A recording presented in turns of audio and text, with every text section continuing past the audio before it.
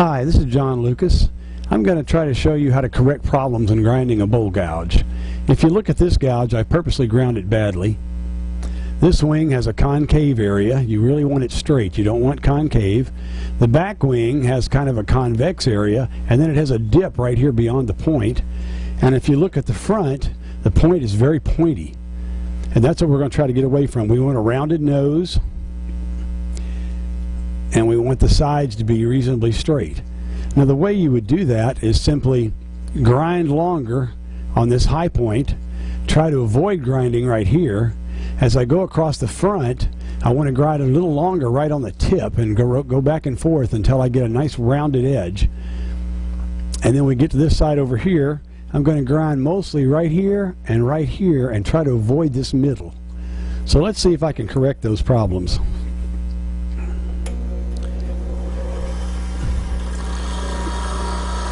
Let's grind right there.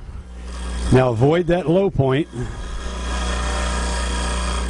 Now on the nose, I'm going to grind a little longer and try to round it off. There we go. It's starting to get round.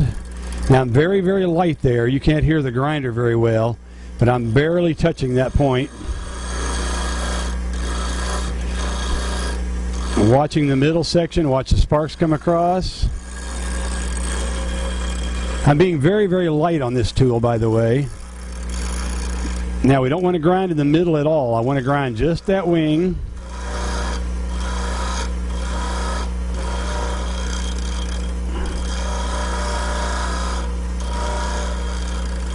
Not even hardly touching. Then we'll go back here and grind a little more there, trying to blend that edge in.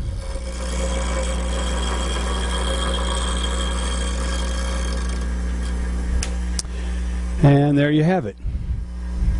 You can see the front is considerably more rounded. Now, I don't have that low point right there.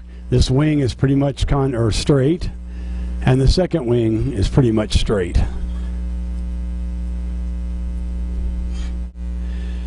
Okay, now I'm going to show you how I sharpen the small little hollowing tools. Same tools I use for hollowing ornaments. This is a bigger tool that I use for hollowing hollow vessels. You'll notice that it's got a little bit of an angle, about 45 degrees or 50 degrees, and both sides are ground in just a little bit. The way you do this is to grind the corners of your grindstone. I use a diamond grinder, and I round those corners off. What that allows me to do is use those corners when sharpening. What I do first is I establish the front angle, and I've done that by tilting my table, and then you'll tilt the tool. I'm going to exaggerate it here, but you'll tilt the tool sideways and run across this rounded corner, and as you pull it back, you flatten the tool out, you run across the front, and then you tilt the tool to the right and you grind that angle. Now of course we're doing it much less. This is a more exaggerated version, but I'm going to show you how I do this particular tool right now. Tilt it to the right very slightly, run around the corner, come back across the front being really light, tilt it to the left. And that's all there is to it. Now if you have a new tool that you're wanting to sharpen, I usually remove the tip and I grip it with vice grips. And the first thing I do is establish that angle by simply running back and forth. That gives me the angle.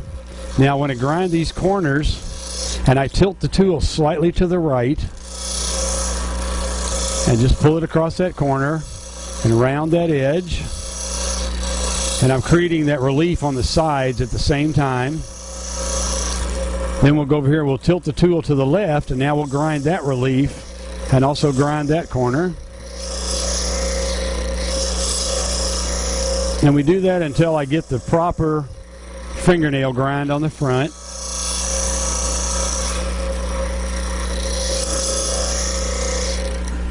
And there we have it. Now another tool that we sharpen a lot is these little teardrop scrapers or any other kind of scraper. Again, I use the tool rest and I just very gently ride it across those edges It's totally supported, so it's perfectly safe. And I just grind that edge down till it's good and sharp. And that's all there is to it.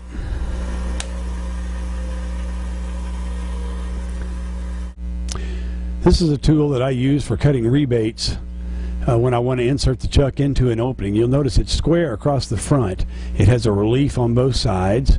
So I sharpen it pretty much the same way, except that I don't ride across the corner.